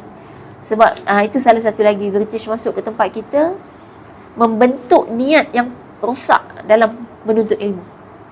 Apa niat dia letak kat kita? Ingat tak masa kecil-kecil dulu kalau sekolah rendah, soalan yang wajib ditanya dalam biodata kita ialah cita-cita. Itu merosakkan niat kita, menyebabkan kita belajar selama puluhan tahun tu untuk kerja engineer, kerja doktor, untuk dapat kenikmatan dunia. Padahal dalam dunia keilmuan Islam, menuntut ilmu, kalau kita pilih untuk menuntut ilmu, maknanya kita siap sedia untuk mengorbankan hidup kita. Korban hidup. Korban macam-macam. Orang kalau dah duduk dalam dunia ilmu, kita kena korbankan, misalnya dah duduk dalam dunia ilmu, kita kena amanah bawa ilmu. Caranya, ingatan kena kuat. Maka kena korbankan cara hidup kita supaya ingatan kita terjaga. Antaranya makanan, dah tak boleh dah nak fikir nak makan sedap-sedap sangat. Makan cukup-cukup. Banyak kena dikorbankan. Cara hidup kita, gaya hidup kita, tidur pukul berapa, bangun pukul berapa, cara hidup keseluruhan, solat-solat kita semua kena dikorbankan. Kalau duduk dalam dunia ilmu, bukan kata duduk dalam dunia ilmu fikir nanti kita dapat kerja bagus. Yang hari ni orang anggap kerja profesional yang pakai ilmu. Yang buruh-buruh tu semua kerja-kerja gaji murah. Padahal terbalik lah. Ingat balik. Nabi-nabi dan Rasul Allah semuanya kerja-kerja buruh. Yang Nabi Idris menjahit kan. Nabi Daud besi, buat besi kan, buat pedang, buat alat-alat besi. Kebanyakan Rasul menggembala kambing. Gembala kambing. Nabi Muhammad SAW niaga. Kan? Apa lagi? Nabi Musa AS berkebun. Ada lagi pemimpin perang Islam dan Tolut nama dia, itu hidup zaman Nabi Samuel. Itu kerja dia berkebun dan gembala kambing. Jadi maknanya itulah kerja-kerja profesional sebenarnya yang membentuk kepimpinan. Dan mereka buat kerja tu sebelum jadi Nabi Rasul. Maksudnya pekerjaan tu mendidik sifat kepimpinan. Dan itulah yang dicuba yang kita kata yang musuh Islam ni cuba untuk jauhkan kita supaya kita punya sifat kepimpinan hilang. Akhirnya pandai duduk dalam ekor, nak duduk kursi pusing kan. Kita tak kata kebijaksanaan kita nak menyelesaikan masalah hilang. Sampailah kita yang asalnya tamadun Melayu ni antara tamadun yang sangat maju dalam dunia dulu. Kita punya teknologi utama kayu dan besi. Kayu dan besi, teknologi di tanah Melayu ni tersebar sampai satu dunia. Pernah ditemui keris kita di Jepun. Kapal buatan di tanah Melayu dulu ni dijual di satu dunia. Rumah-rumah kita dulu kan rumah kayu. Kita dah sebut rumah kayu tradisional, rumah batu moden. Silap tu. Rumah batu tu kuno juga. Macam mana? Cuaca kita pun lebih sesuai dengan kayu. Rumah batu tak moden zaman kerajaan Byzantine. Pernah dengar kerajaan Byzantine? Itu bangunan dia semua batu. Maknanya dia lagi kuno daripada kayu. Kerajaan Byzantine ni dulu dia berpusat dekat Konstantinopel, Istanbul sekarang. Kan? Maknanya dia punya istana batu, bangunan-bangunan dia semua batu. Masa tu bangunan orang Turki nomad, dia kaum nomad kan. Turki ni asal kaum nomad. Dia kemah-kemah kain, buat pada kain. Badui Arab, kalau Badui Arab kan? Kalau Turki dia nomad, kaum nomad. Dia pindah-pindah. Dia pindah tu sekali satu kampung. Pindah, dia buat kemah. Kemah dia kain, jadi dia duduk dalam kemah. Sebab tu masa Turki mula-mula sebelum terbentuk Turki Uthmaniyah tu kan, sampai boleh merentasi kerajaan Byzantine. Byzantine ni kerajaan yang lama. Dia bermula daripada sekitar 270 tahun sebelum kelahiran Nabi. Kelahiran Nabi Muhammad daripada mak ayah kacukan agama. Ayah dia agama Majusi yang sembah berhala, mak dia Nasrani. Jadi lepas mak ayah dia meninggal, dia yang jadi raja. Masa tu dia gabung agama mak ayah dia. Jadilah Nasrani kan sembah Tuhan yang tak nampak kan, Allah kan. Kemudian Majusi sembah batu. Jadi dia gabung dua-dua. Kristian sekarang sembah, dekat gereja dia semua ada patung.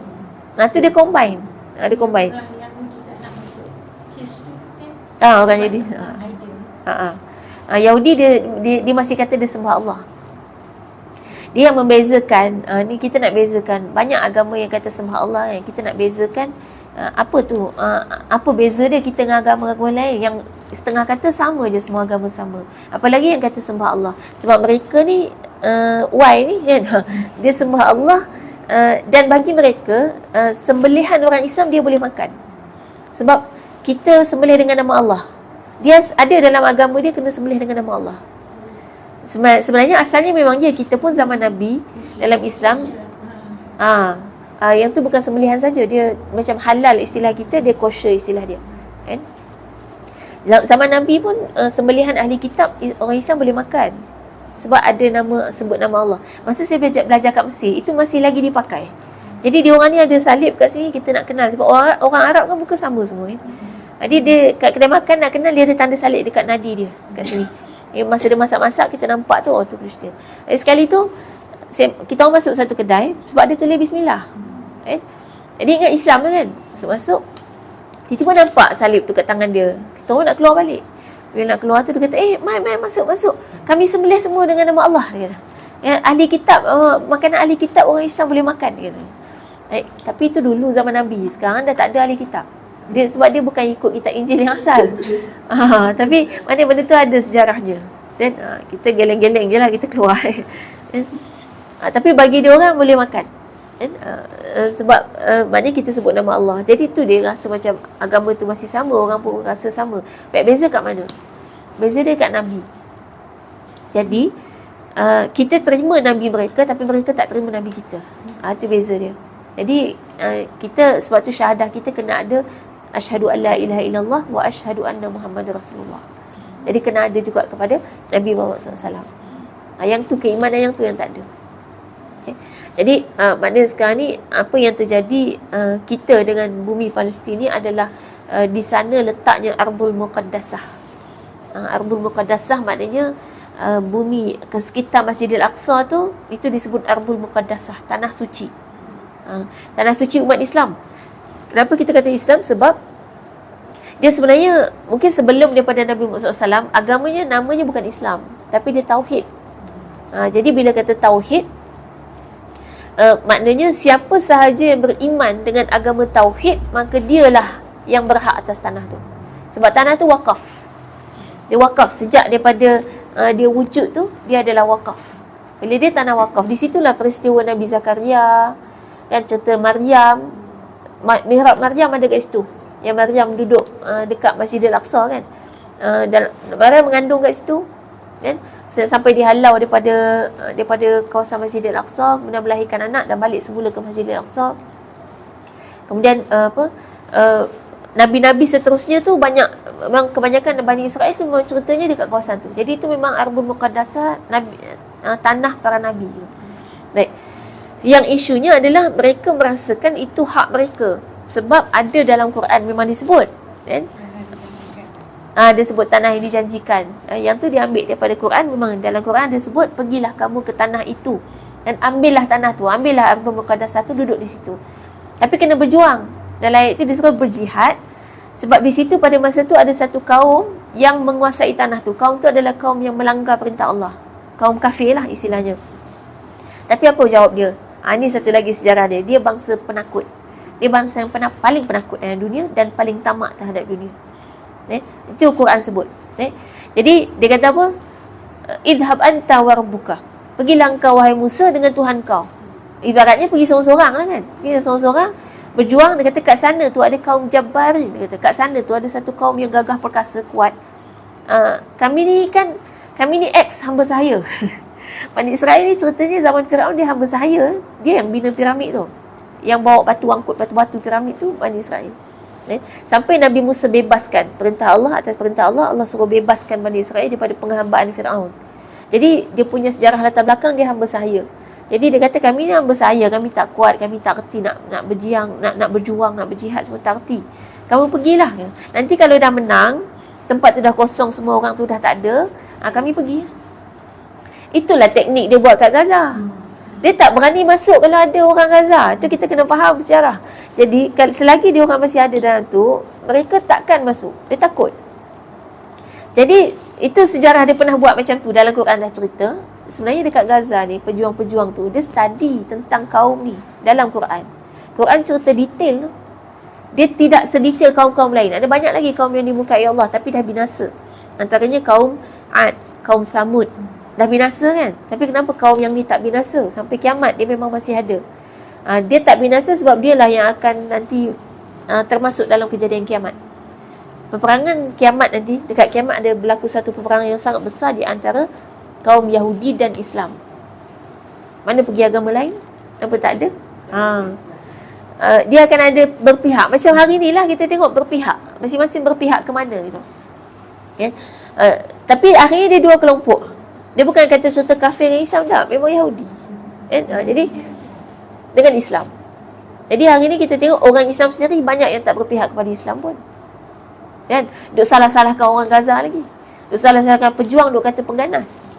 Terpengaruh dengan pemikiran yang dah lama dah mereka cuba tanamkan dalam pemikiran satu dunia ni, bahawa jihad adalah ganas.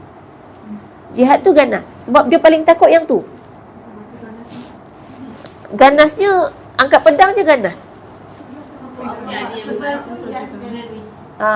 Sebab tu bila Islam yang memperjuangkan baru dilabel sebagai pengganas. Kalau agama lain yang memperjuangkan, diorang tak panggil pengganas. Dan selalunya kalau keganasan dibuat oleh orang agama lain, dia tak sandar ke agama. Dia sandar ke kaum, puak, bangsa. Tapi kalau orang Islam, terus sandar ke Islam. Itu memang dia punya brainwash lah. Dia nak letak mindset kat kita. Sampai sekarang masih ada lagi yang kata pembela, pejuang kat sana tu adalah pengganas. Masih ada lagi orang Islam cakap macam tu. Jadi itu brainwash jangka panjang kan, yang dia dah bentuk dalam pemikiran kita sampai kita fikir macam tu.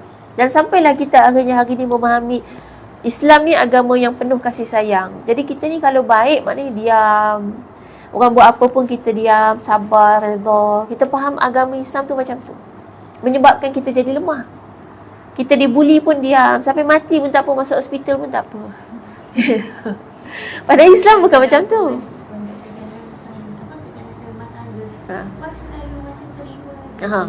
Tu silap. Padahal Islam bagi hak kepada wanita. Keganasan rumah tangga, kita menganggap perempuan tu baik kalau dia diam, dia sabar, tak cerita kat siapa-siapa. Salah. Islam tak ajar macam tu. Kenapa Islam bagi hak perceraian dalam rumah tangga kepada wanita lebih banyak daripada lelaki? Cara bercerai dalam rumah tangga, lelaki ada satu je cara, perempuan ada banyak cara. Kenapa dibagi hak banyak cara tu? Ramai tak tahu kan? Ramai tak tahu.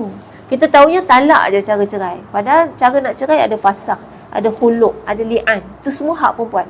Lelaki ada satu je, talak je. Satu kalau macam jadi apa-apa di rumah tangga, adik-beradik dia lelaki dia pun kata tak nak masuk campur urusan rumah tangga. Dia wali. Dia kena jaga.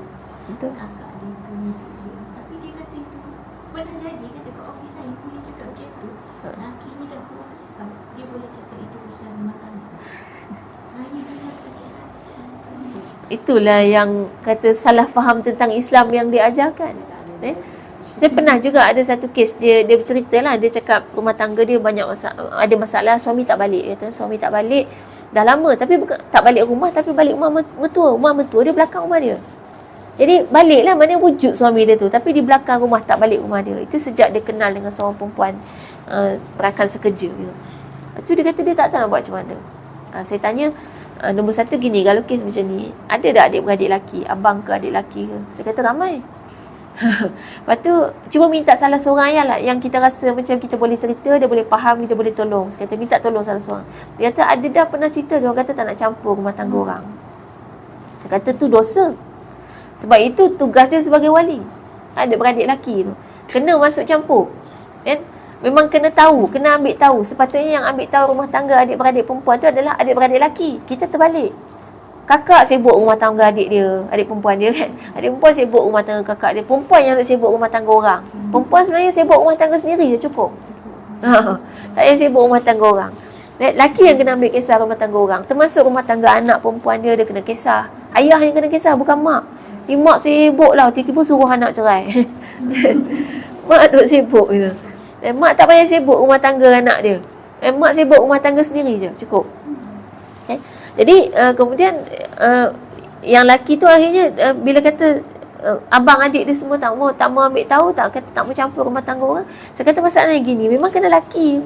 Cuba bayangkan kalau kita sebagai isteri kata pergi rumah mak mentua, lepas tu pergi cakap, kenapa abang tak balik rumah? Dia buat apa?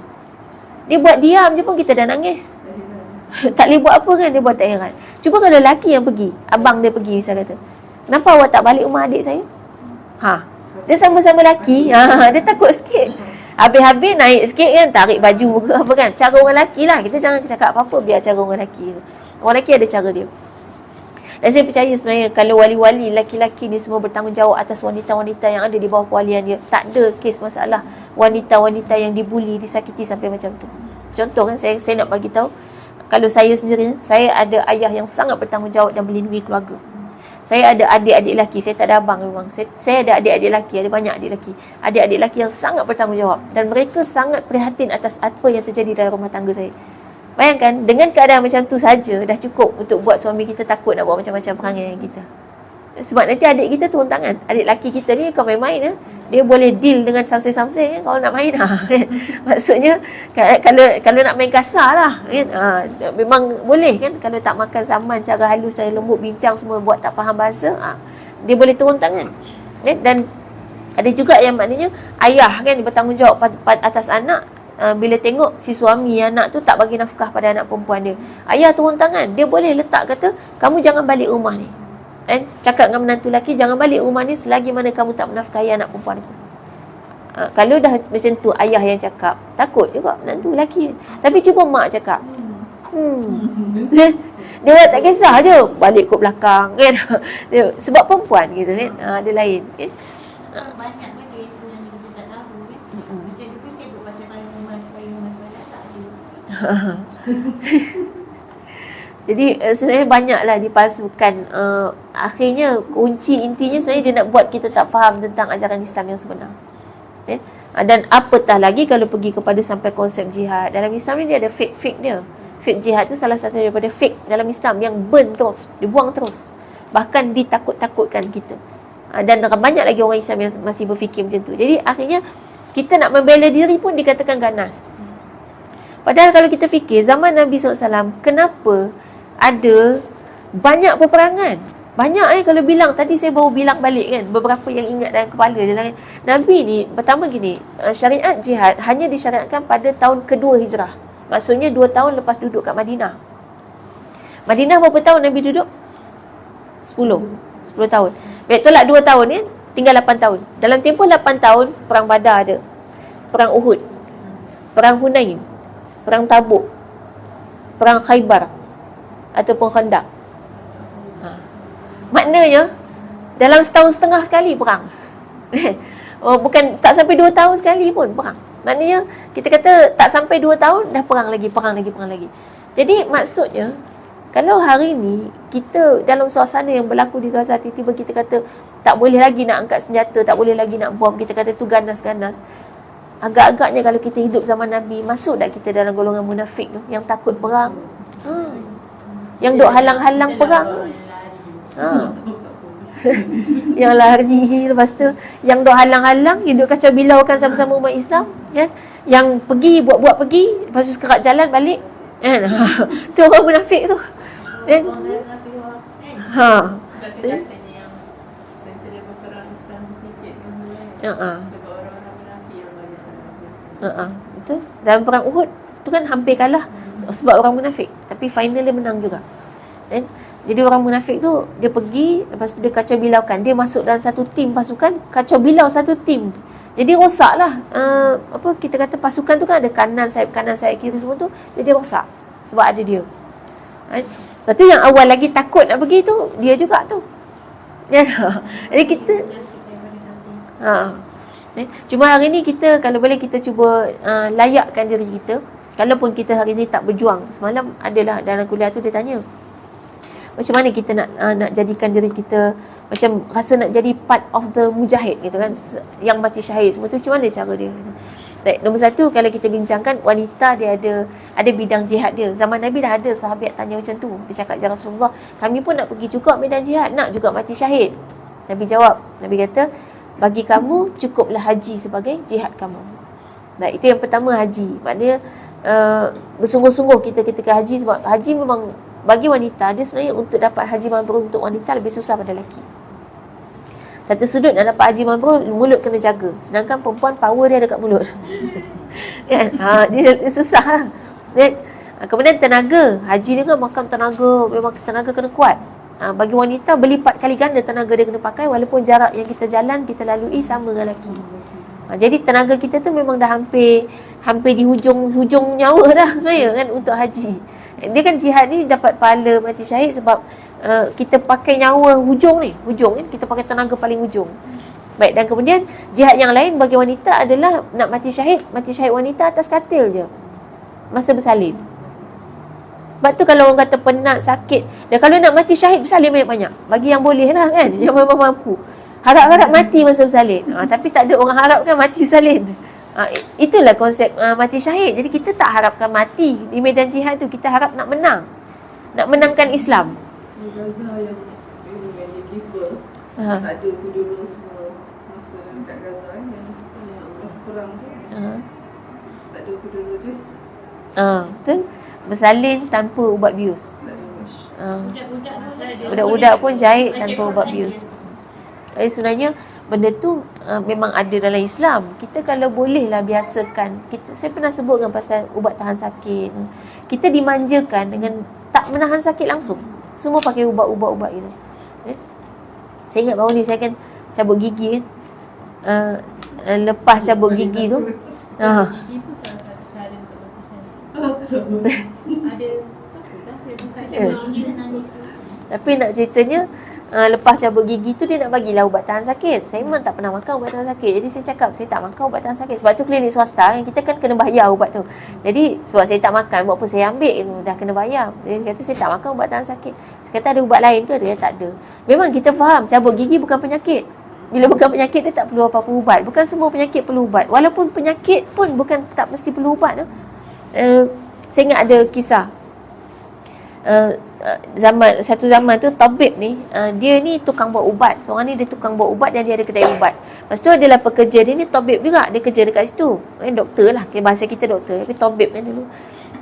Kerja dekat situ. Kemudian setiap orang datang nak beli ubat, tabib yang jaga kedai ni dia amanah. Dia akan tanya punca, apa keadaan, sampailah ubat dia tak laku. Sebab ada banyak penyakit yang tak perlukan ubat sebenarnya. Contoh macam kata ada seorang makcik datang sakit lutut, dia kata. Sakit lutut. Dia pun tanya, rumah makcik keadaan dia gini ke? Lepas dia cek tu kan, dia kata keadaan dia gini lembab. Dia kata ada keadaan, ada dekat bilik air dia ada lembab apa semua. Dia kata betul. Dia kata kalau gitu makcik tak perlu ubat, makcik cuma perlu keringkan kawasan rumah, jangan sampai lembab macam ni. Lepas seminggu datang balik kalau masih sakit. Lepas seminggu datang bagi tahu dah sihat. Jadi banyak kes macam tu. Akhirnya dia diberhentikan kerja daripada kedai ubat tu. Sebab ubat tak laku. Dia mana? Dia jadi tabib terkenal. Jadi ada banyak sebenarnya penyakit yang tak perlu ubat. Kita hari ni setiap sakit ada ubat dia. Setiap yang bukan penyakit pun ada ubat dia. Itu. Sampai orang bagi tahu persiapan pergi haji umrah bawa ubat satu ni. Saya pergi hari tu tak bawa apa pun. Sebab saya tak biasakan diri makan ubat-ubat gitu kan. Dia sebenarnya dalam pemakanan kita dah ada ubat. Yang penting kita jaga makanan kita. Jadi masa tu, masa cabut gigi tu nak bagi ubat tahan sakit. Okey, saya kata saya tak makan. Dia kata habis nanti sakit macam mana? Saya kata tak apa, kalau sakit saya boleh tahan. Masa sakit gigi saya tu, saya baru cabut tu sakit dah bertahun-tahun. Memang sakit lah setiap kali sakit. Tapi saya boleh tahan, saya tak pernah makan ubat-ubat apa-apa. Kali tu memang rasa ni dia memang gigi dah rosak, memang kena cabut. Jadi cabut lah.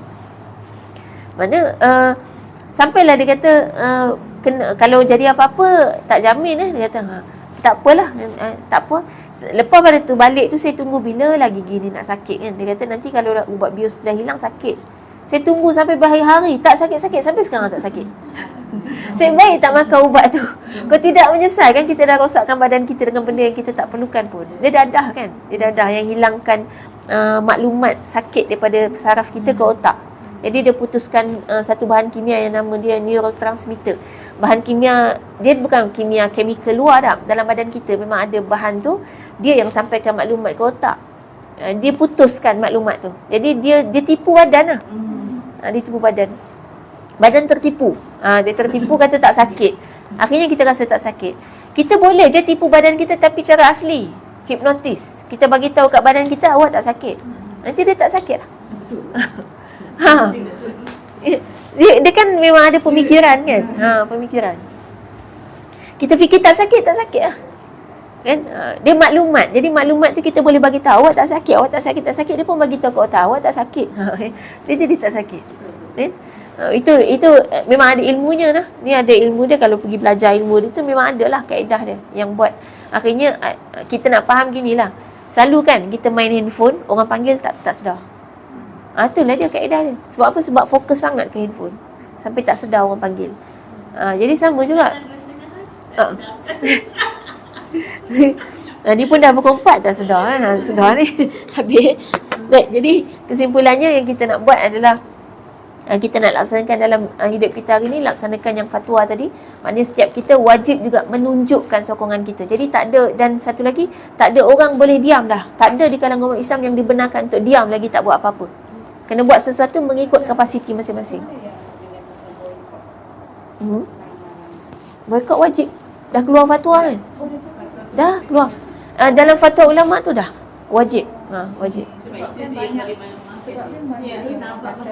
kita boykot, kesian pula. Itu fatwa ke bukan? Tu kan soalan dia. Yang kata bila boykot kesian orang yang kerja tu kan, orang Islam juga. Dah, itu fatwa ke bukan? Itu pendapat peribadi. Pendapat-pendapat yang tetap datang daripada kedangkalan iman.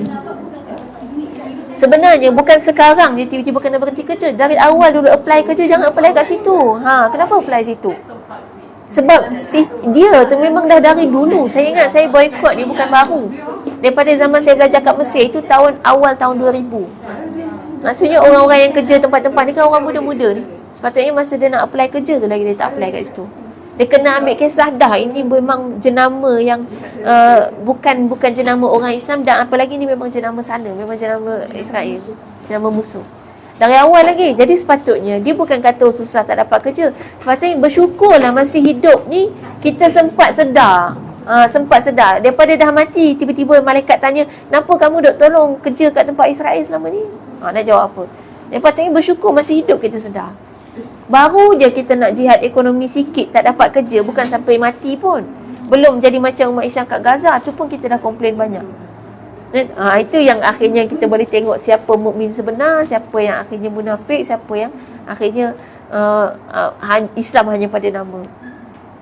Kalau di Indonesia, fatwa Majlis Ulama Indonesia dah keluar juga buat boykot. Jadi yang Majlis Ulama sedunia keluar, kalau yang Indonesia dia, Majlis Ulama dia dah ambil alternatif, keluarkan fatwa juga untuk kes Gaza ni. Kita belum lagi Malaysia. Okay. Malaysia belum. Kerajaan kita sekarang. Nak cakap Allah Akbar. Tapi sebenarnya bila ada ujian gini lah baru kita boleh akhirnya nampak siapa mukmin, siapa muslim, siapa munafik. Itu dah boleh nampak. Kita tak label dah zahir gitu, dah zahir. Itu satu kesyukuran lah, kita mudah nampak. Dan kita pun boleh cek diri kita. Kita ni dalam kes ni ada rasa takut-takut tak? Kalau kita tiba-tiba kita kena serang ke, mereka datang serang kita ke, ada warning kita kan? Kita nak tolong tu, kita ada rasa takut tak? Kalau takut, maknanya takut kita dah masuk golongan munafik. Dan satu lagi, melayakkan diri kita nak jadi, kita kata kita nak jihad, tak masuk medan perang, tak boleh nak jihad medan perang. Tapi kita ni kita boleh buat diri kita ni, kalaulah ada kita adalah lelaki, kita layak. Apa dia yang termasuk dalam pejuang agama Allah ni? Yang pertama, jaga solat. Kalau lelaki, solat 5 waktu di masjid berjemaah. Maknanya kalau perempuan tak wajib di masjid tapi berjemaah di rumah pada waktunya, on time. Kalau ada orang kat rumah, kita jemaah. Kalau tak ada, kita seorang tapi on time. Tu kita usahakan. Kemudian yang keduanya yang jadi ni saya ambil daripada kaedah pemilihan tentera terbaik di kalangan tentera Salahuddin Al-Ayyubi, tentera Muhammad Al-Fatih, tentera Hamas sendiri. Kaedah pemilihan dia, kalau tentera Hamas dia hafal Quran 30 juzuk. Itu dia letak di benteng paling depan. Yang lain-lain tu solat subuh berjemaah di masjid. Itu yang paling asas. Tapi nanti nak letak baris depan itu yang orang yang jaga, yang hafal 30 juzuk. Dan kemudian kalau tentera Salahuddin Al-Ayyubi itu yang qiyamul lail, tahajud. Itu dia pilih yang terbaik di kalangan tentera dia, dah terbaik dah, tapi dia pilih yang jaga tahajud. Itu yang terbaik.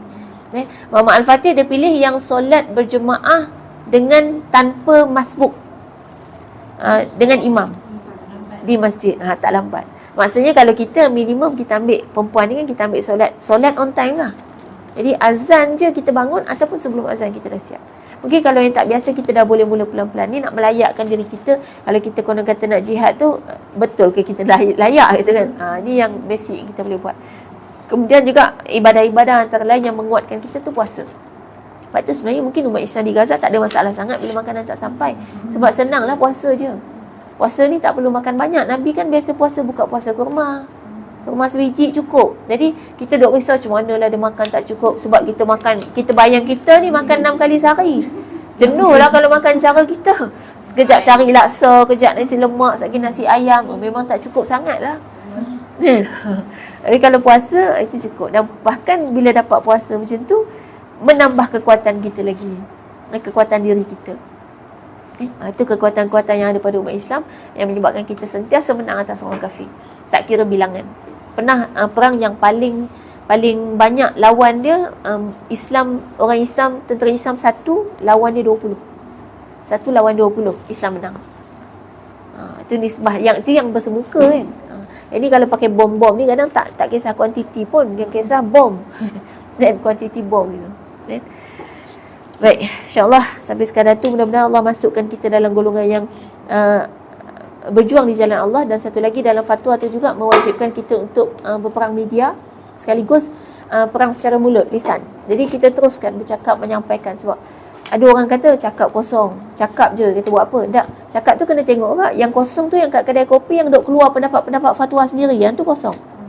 Dan lepas tu balik tak buat apa-apa, itu kosong.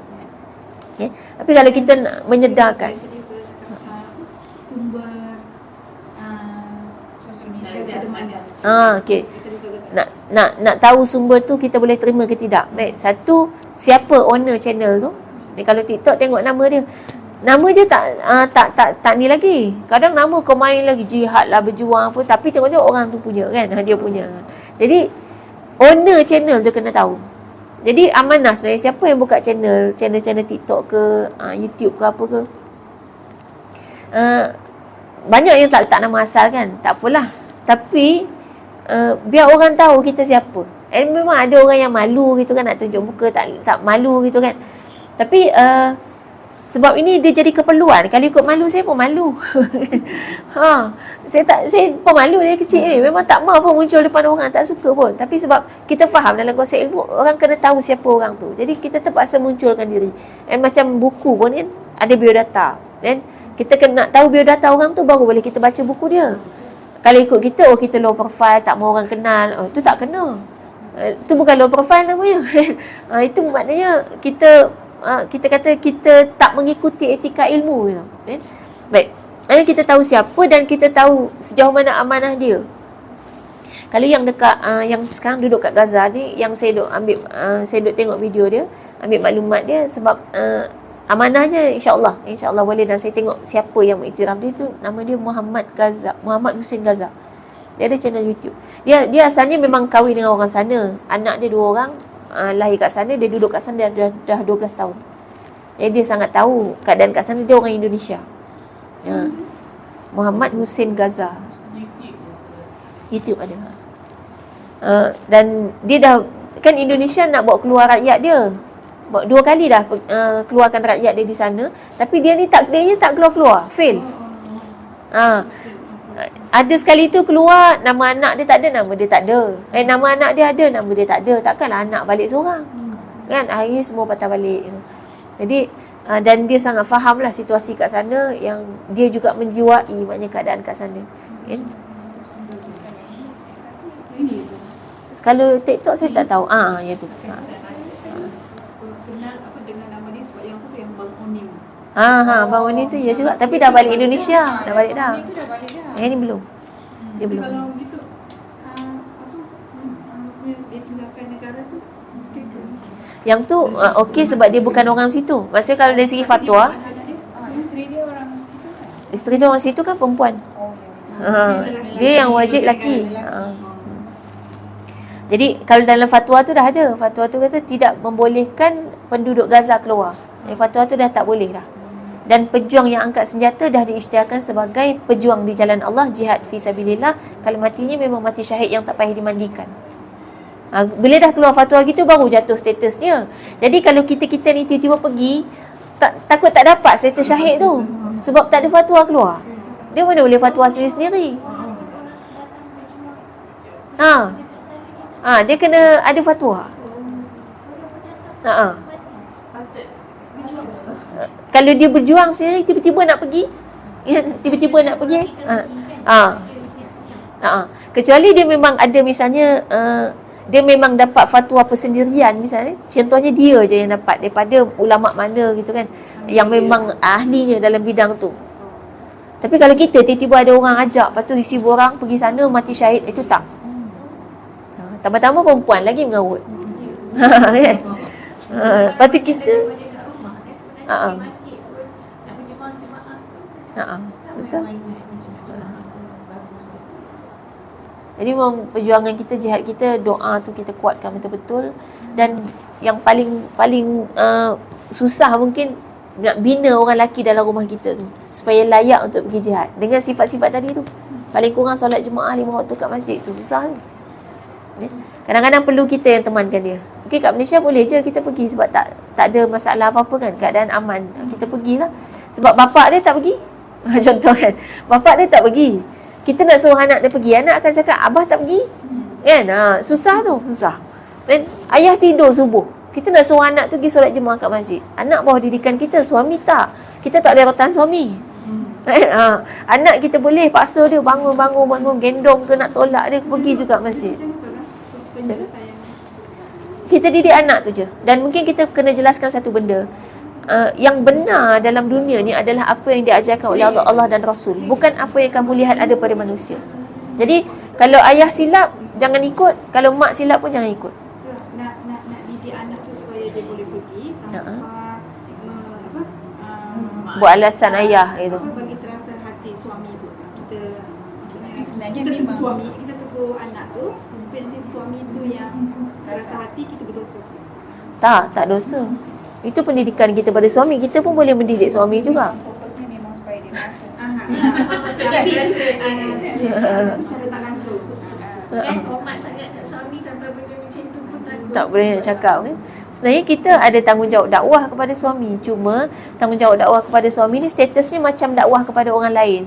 Dia beza dengan suami bertanggungjawab atas kita tu mendidik secara khusus. Sebab tu suami boleh sampai tahap rotan. Sebab dia punya tanggungjawab khusus. Yang depan Allah akan tanya anak isteri kamu. Tapi kalau kita tak ditanya. Nak jaga supaya jangan Gaduh. walaupun suami dia tu macam tu, tapi dia tetap boleh dapat title suami isteri.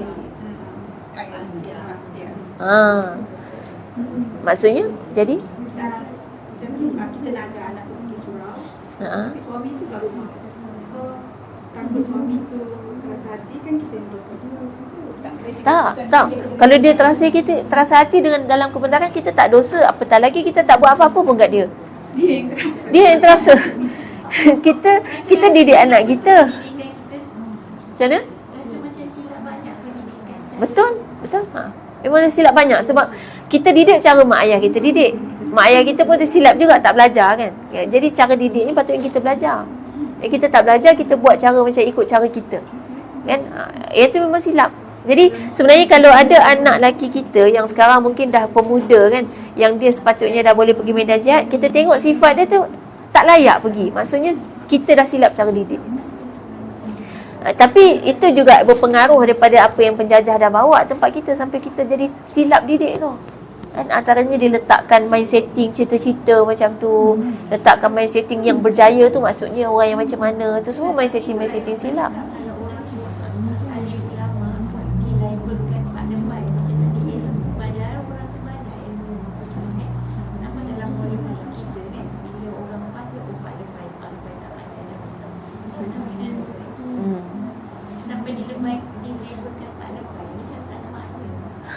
Lepas tu kita elok pada Ha. Allah. Betul. Sistem keilmuan Islam ditenggelamkan. Lepas penjajah datang, dia agungkan sistem keilmuan dia. Sistem, nak kata ilmu, knowledge lah, sistem pendidikan barat kan. Pakai sijil-sijil apa semua kan. Daripada dalam Islam dah zaman dulu lagi ada sistem dia dah. Dalam Islam memang detail sistem keilmuan dalam Islam ni, malah tak boleh dibeli. Ilmuwan tak boleh dibeli, ilmu tak boleh dibeli, tak boleh dijual beli. Kemudian duduk dalam dunia ilmu maknanya kita berkorban, bukan mencari kemuliaan atau mencari pendapatan. Ini terbalik kan, memang belajar tu untuk nanti hidup senang. Maknanya memang nak gunakan ilmu. Awal lagi niat dah salah, tu yang ilmu masuk dalam diri kita dah salah. Salah cara masuk, kita pun tak amal. Jadilah kita orang yang ada knowledge tapi tak ada ilmu. Dia tak mengubah apa pun dalam hidup kita, bahkan menjadikan orang makin sombong dengan banyaknya pengetahuan dia. Macam baru ni ada seorang tu saya tak tanya, kenapa sikit kalau ada soalan nak tanya Ustaz Azhar. Macam mana ini semua. Dia kata, sikit nak tanya Ustaz Azhar tu, sikit nak tanya Ustaz Azhar tu. Sampai berani buat macam tu, aku cakap.